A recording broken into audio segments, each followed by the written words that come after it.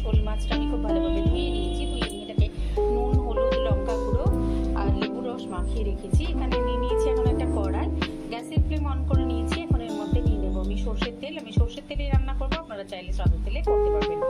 তো নিয়ে নিই সর্ষের তেল। তেলটা নিয়ে নিয়েছি, এখানে আমি নিয়েছি 3 টেবিল স্পুন সর্ষের তেল। তেলটা গরম হয়ে গেছে, দেখুন তেলটা থেকে ধোঁয়া উঠছে। তো এখন আমি দিয়ে দেবো একটা একটা করে মাছগুলো।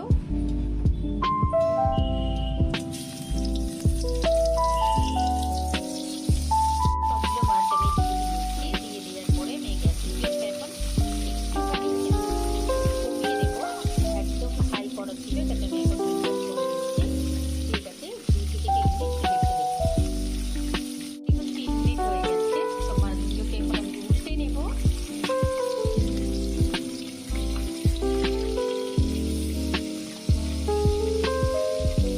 সবগুলোকে এখন আমি উল্টে নিচ্ছি। আমি 3 মিনিট রেখে দিয়েছিলাম। তো মাছগুলো উল্টে দিচ্ছি আমরা। দেখুন ভাজা হয়ে গেছে সুন্দরভাবে। তো এখন আমরা মাছগুলো তুলে নেবো একটা একটা করে। দেখুন মাছটা ভেজে তুলে নেওয়ার পরে এই তেলের মধ্যেই আমি দিয়ে দেবো ফোড়ন।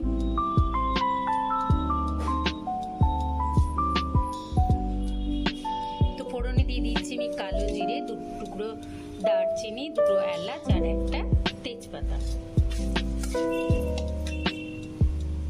ফোড়নটা দিয়ে দেওয়ার পরে এটা একটু ফেটে উঠেছে। এখন আমি এর মধ্যে দিয়ে দিচ্ছি কয়েক টুকরো গাজর আমি লম্বা লম্বা করে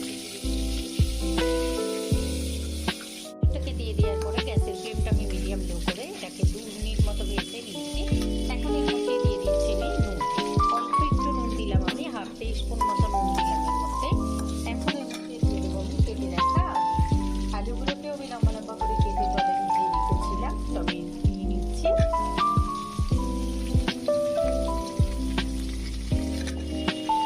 এখানে আমি 3 পিস আলু নিয়েছি।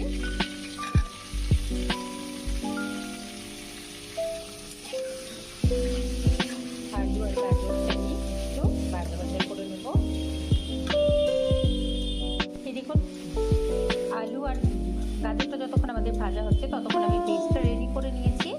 মশলাটা রেডি করার জন্য এখানে নিয়েছি 2টো কাঁচা লঙ্কা, নিয়েছি 10 থেকে 12 কোয়া রসুন, এখানে নিয়েছি 2টো মিডিয়াম সাইজের পেঁয়াজ, একটা টমেটো, নিয়েছি 2 টিস্পুন টক দই আর নিয়েছি 10 থেকে 12টা দানা আমার এটাকে মিশিয়ে নিয়েছি।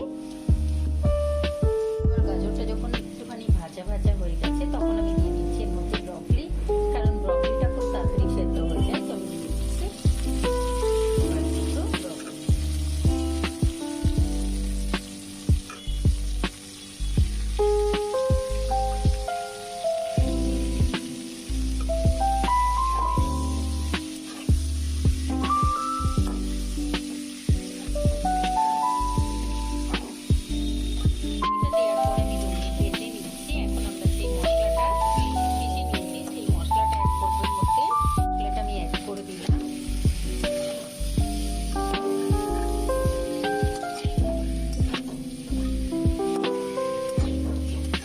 মশলাটার সাথে এটাকে ভেজে নেব 2 থেকে 3 মিনিট।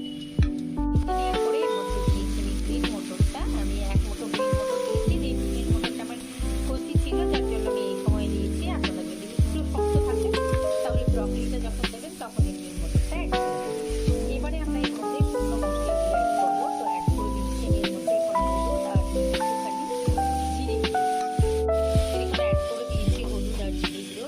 আমি আবারও খুব ভালোভাবে কষিয়ে নেব 2 মিনিট। আপনারা চাইলে কিছু ধনে গুঁড়ো দিতে পারেন, আমি ধনে গুঁড়ো অ্যাড করছি না। আর আমি দেবো একটুখানি লঙ্কা গুঁড়ো। এটাকে 2 মিনিট মতো কষিয়ে নিই। আমি 2 মিনিট মতো কষিয়ে নিচ্ছি। এখন এর মধ্যে অ্যাড করে দিচ্ছি আমি এরকম ছোট্ট একটা গ্লাসের 1 গ্লাস জল। ঢাকা দিয়ে ফুটতে দেবো। আমি যেহেতু খুব বেশি ঝোল রাখবো না, যার জন্য। আর সবজিগুলো আমাদের 50% সেদ্ধ হয়ে গেছে। তো এটাকে এখন ঢাকা দিয়ে রেখে দিচ্ছি মিডিয়াম ফ্লেমে 5 মিনিট। এখন 5 মিনিট হয়ে গেছে, আমি ঢাকাটা টেনে নিয়েছি। আর নিশ্চয়ই দেখতে পাচ্ছেন যে সবজিটা টকবক করে ফুটছে। এখন আমি এই তেজপাতাটা তুলে ফেলে দিচ্ছি। তেজপাতাটা তুলে ফেলে দেওয়ার সঙ্গে সঙ্গে এর মধ্যে দিয়ে দিচ্ছি আমি ভেজে রাখা মাছগুলো।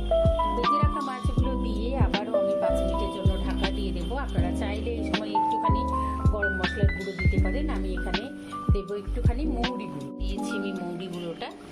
মাছটা আমি এখন ঢাকা দিয়ে রেখে দেবো আবারও 5 মিনিট। সবজিগুলো আমাদের সেদ্ধ হয়ে গেছে, মাছটা আমাদের ঝোলটা টেনে নেবে আর এটা বেশ সুন্দর হয়ে যাবে। এখন এটাকে ঢাকা দিয়ে রেখে দিই 5 মিনিট। ঢাকাটা টেনে নিয়েছি 5 মিনিট পর, দেখুন রেডি হয়ে গেছে আমাদের হেলদি একটা মাছের রেসিপি। আপনারা অবশ্যই এটা ট্রাই করবেন। গ্যাসের ফ্লেম অফ করে এটা আমি রেখে দেবো এখন 5 মিনিট, তারপর তুলে সার্ভ করবো। গ্যাসের ফ্লেম অফ করে আমি এটাকে রেখে দিয়েছিলাম, এখন আমি এটাকে তুলে সার্ভ করে দিচ্ছি। তো আপনারা অবশ্যই এই হেলদি রেসিপিটা ট্রাই করবেন, কমেন্ট করে